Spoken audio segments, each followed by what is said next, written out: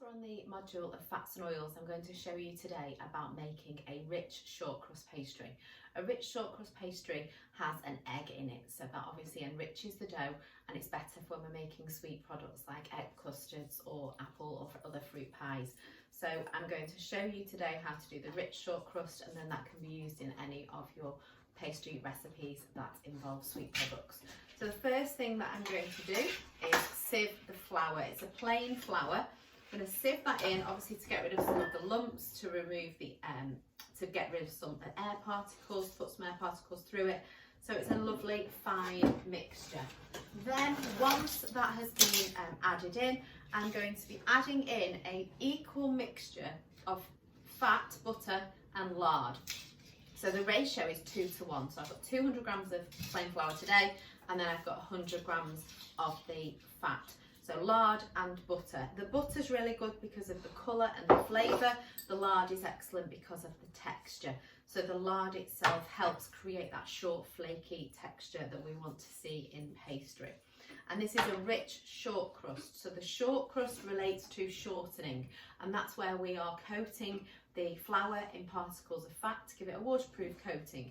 As it's got the waterproof coating, when we're adding moisture to it and we are heating it, it means that those gluten strands are staying short, which creates the crumbly texture, rather than being allowed to gelatinize and rather than be able to go to a spongy texture like you would see in a cake.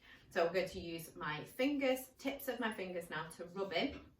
Rubbing in, if you've got really warm hands, it might be worth running through cold water. The butter is fridge temperature, so we want to do it with a cold block butter or lard. And what we're wanting to do is literally just keep rubbing in with our hands. We're lifting in between, so we get some air in between there to make it nice and light.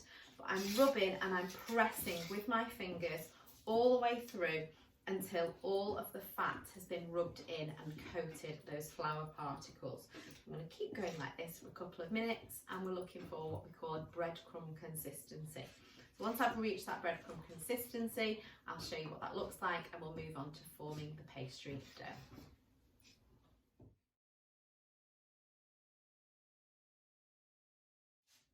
So now I've got to the breadcrumb consistency. What you want to do at the end is make sure that you shake the bowl a little bit, and what will happen is the small particles of the flour that have been coating the fat will go to the bottom, and it would reveal any last lumps of butter that maybe haven't been rubbed in.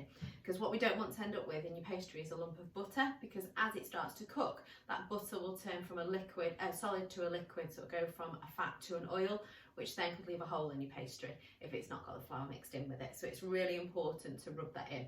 So now we're at this stage. If we were then doing a normal shortcrust pastry, which we will do separately, we would just start adding water a tablespoon at a time onto this.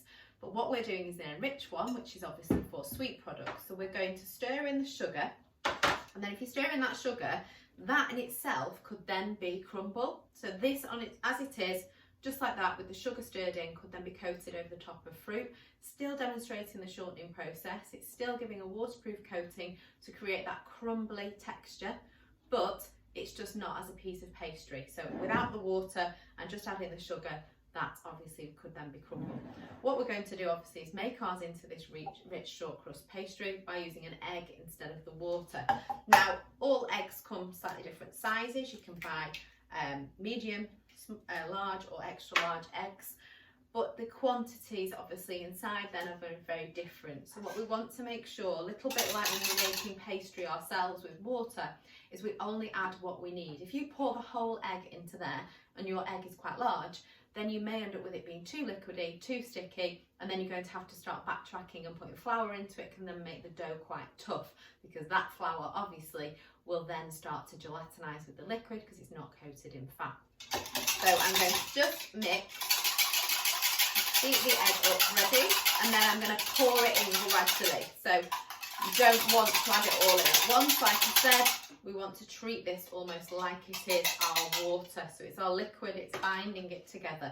So make a well in the centre, and put a little bit of the egg in, we'll put about a third in, and start to mix that around. And we just want to start to get it so it combines the mixture together, and our aim is obviously to get a dough.